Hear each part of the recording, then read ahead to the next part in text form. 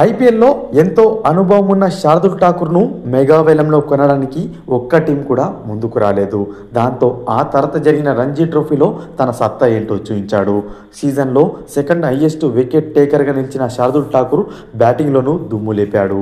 అదేవిధంగా తర్వాత IPL ఆడనని county cricket ఆడడానికి మరీ సిద్ధమైపోయాడు.